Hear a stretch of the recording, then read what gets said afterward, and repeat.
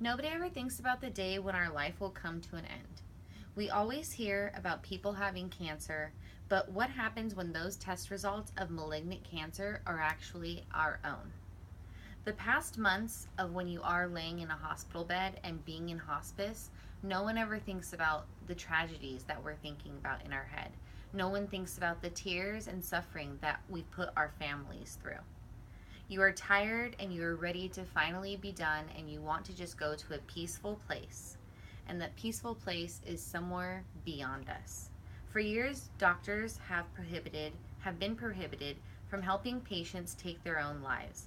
I believe that a terminally ill patient should have the right to decide if they have had enough. By legalizing euthanasia, also referred to physicians assisted suicide, misery and anguish on patients can be saved. The right to die should be fundamentally the freedom of ours. First, there are several key terms and definitions you should know before I present the arguments of allowing terminally ill patients to take their own lives. Assisted suicide is the suicide of a patient suffering from incurable disease affected by the taking of lethal drugs provided by a doctor for this purpose. The definition of a terminally ill patient is a disease that cannot be cured or adequately treated and that is reasonably expected to result in death from a patient within a short period of time. The Hippocratic Oath is an oath historically taken by doctors, an oath that doctors took from Greek mythology, telling us that they are not going to harm others. It states in this that the standards are now ethical and held, and is now modernized, but still holds the same message: do no harm permanently. Next, I will go over the first argument for the right to die by a terminally ill patient due to their constitutional right of the 14th Amendment. An argumentative claim would be all patients should be able to make the decision of their own life based on the 14th Amendment right to the United States. Someone may say that assisted suicide is considered homicide because going against the Liberty Clause and the Equal Clause of protection of the 14th Amendment. According to Medscape, the Ninth Circuit Court of Appeals held that the state of Washington's law prohibiting assisted suicide violated the Liberty Clause of the 14th Amendment. They asserted that the right to Hastings one death is included among the liberties guaranteed in the United States Constitution.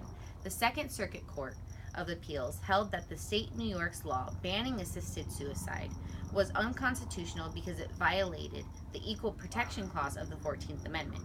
When looking into the Equal Protection Clause and the Liberty Clause, officials are missing the point of everyone's 14th Amendment, the amendment to our own life. We have our life in our own hands, which is where it should stay. Physicians are taking advantage of the 14th Amendment by going along with physicians-assisted suicide. According to PBS Sokol, in Michigan, Jack Keverkine was initially charged with violating the state statute in addition to the first-degree murder and delivering a controlled substance without a license. The assisted suicide charge was dropped. However, he was eventually convicted of second-degree murder and delivering a controlled substance without a license. Why should a doctor who went to medical school lose his license because he was following a patient's 14th Amendment right, and doing so, and as a patient wished? Instead of punishing doctors, the Supreme Court should be listening to the patients who are hurting. Now I will go over the second argument in favor of letting terminally ill patients take their own lives.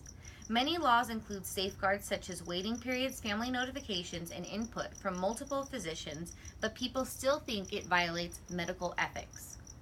According to the Hippocratic Oath, people still think that according to this, doctors are going against medical ethics. According to the LA Times, the deepest ethical principle restraining from the physician's power is not the autonomy of freedom of the patient, neither is his own passion or good intention. Wrote by Dr. Leon Cass of the University of Chicago and author of the influential article, Neither for Love Nor Money, Why Doctors Must Not Kill. Rather, it is the dignity and mysterious power of human life itself, and therefore also what the oath calls the purity and holiness of life, and the art to which the doctor has sworn devotion.